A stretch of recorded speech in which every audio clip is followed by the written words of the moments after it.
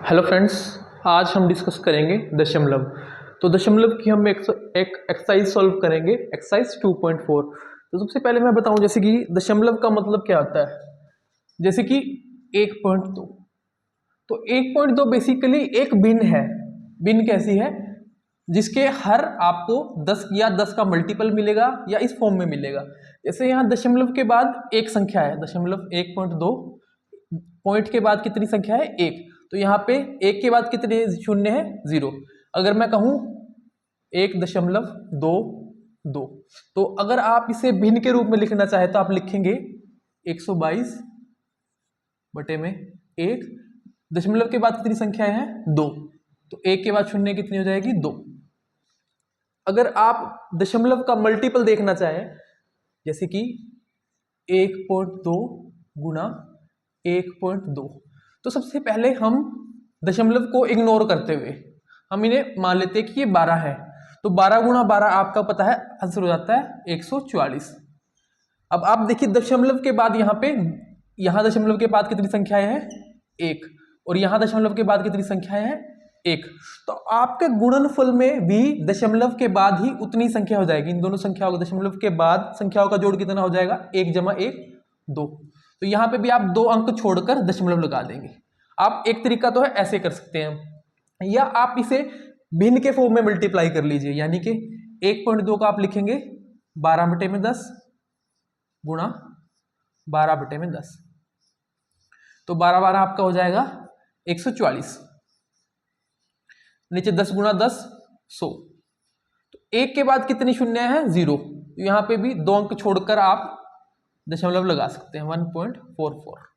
तो अब इसी से रिलेटेड हम एक्सरसाइज सॉल्व करेंगे 2.4।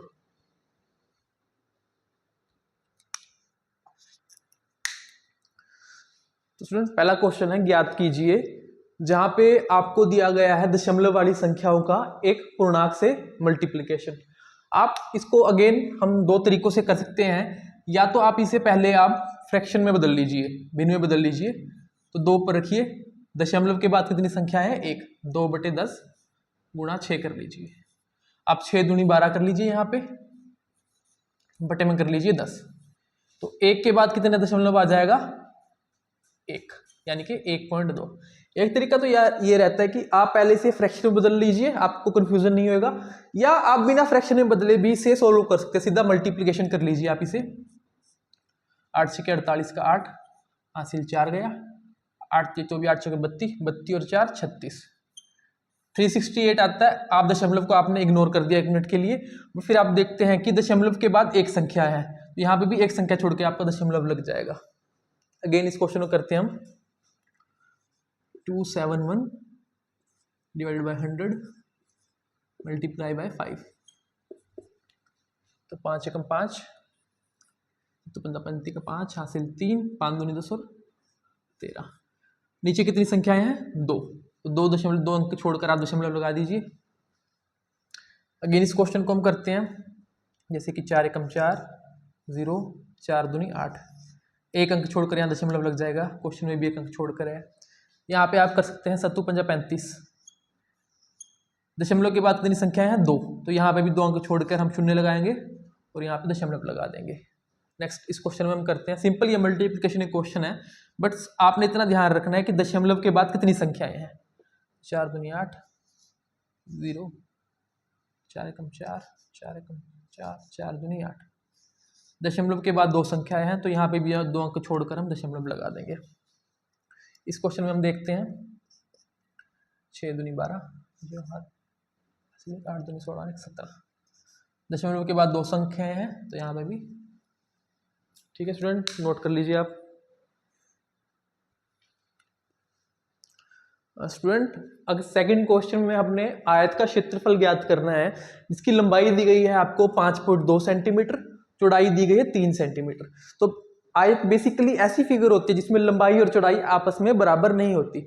और क्षेत्रफल का मतलब होता है कि उस आयत के अंदर जितना भी स्पेस इनक्लोज हुआ है, यानी कि ये सारा एरिया जो हम पूरा डार्क कर देते हैं अगर हम ब्लैक को, इसको सारे को, तो ये उसका क्षेत्रफल होता है। और क्षेत्रफल का फार्मूला होता है आयत का लंबाई गुना चौड़ाई, लेंथ इनटू ब्रेथ, यानी कि 5.7 इंटू 3, 21 का 1 हासिल 2, 5 दिए 15 और 2 17, यानी कि 17.1 इसका उत्तर हुआ। सेंटीमीटर स्क्वायर हो जाएगा, ये इसकी यूनिट सेंटीमीटर है, आपस में मल्टीप्लाई करने के सेंटीमीटर स्क्वायर इसकी यूनिट हो जाएगी एरिया की।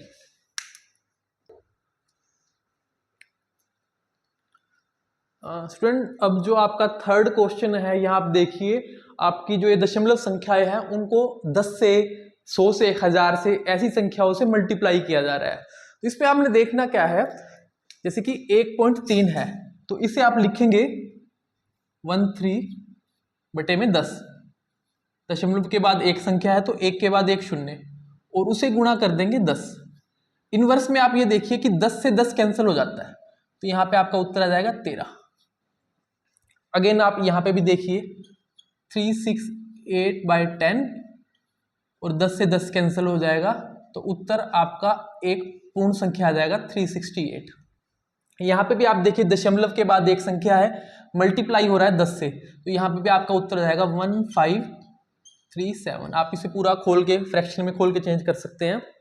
अगेन यहाँ पे देखिए 16807 डिवाइडेड बाय 100 इंटू 10, तो यहाँ पे 100 है ऊपर 10 है, आपस में इस तरीके से अगर संख्याएं होती है तो आपस में विभाग हो जाता है इनका, 0 से एक 0 कैंसिल हो गई, नीचे आपका 10 रह गया, यानी कि एक संख्या के बाद दशमलव लगेगा। यहाँ पे आपका उत्तर आ जाएगा 1680.7, यानी कि नीचे 10 है तो एक संख्या के बाद दशमलव।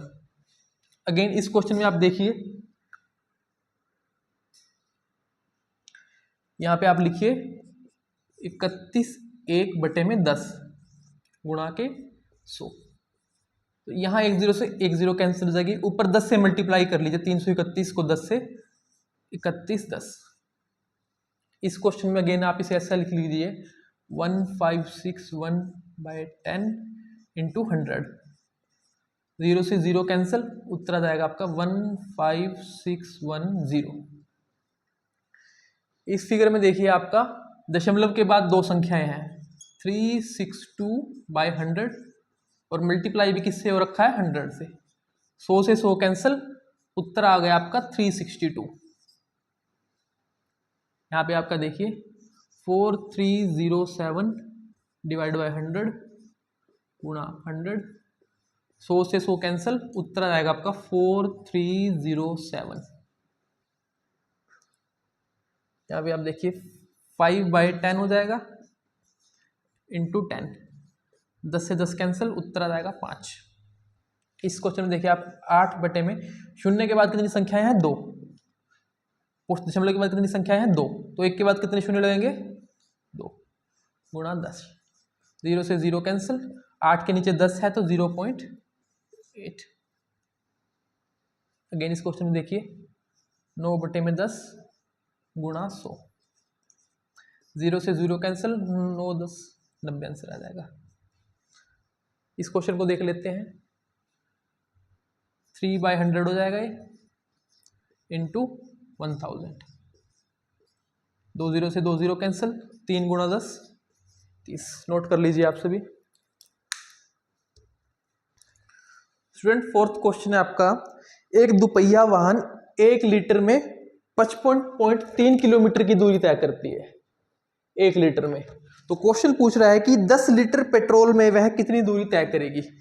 तो आप 1 लीटर में करती है 55.3 किलोमीटर, 10 लीटर में आप उसे करेंगे 55.3 गुणा 10। तो यहाँ पे शून्य के बाद दशमलव के बाद एक संख्या है 3 और 110 से मल्टीप्लाई करेंगे तो आपका आंसर आ जाएगा 55.3 किलोमीटर।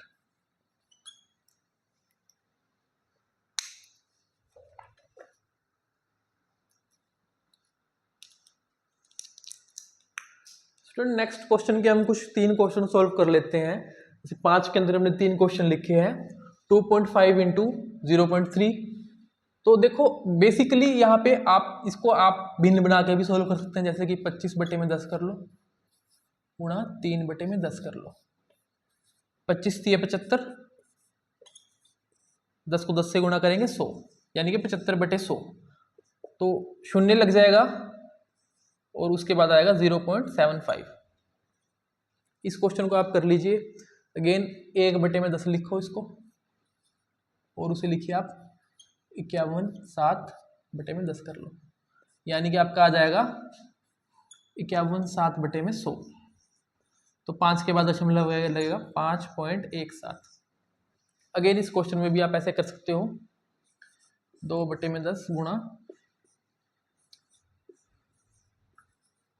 /10, 2 से मल्टीप्लाई कर लीजिए ऊपर, 8 दूनी 16 के 0 हासिल 1, 6 दूनी 12 और 13 के 0 हासिल 1, 2 एकम 2 3, 3 दूनी 6 बटे में आ जाएगा 100।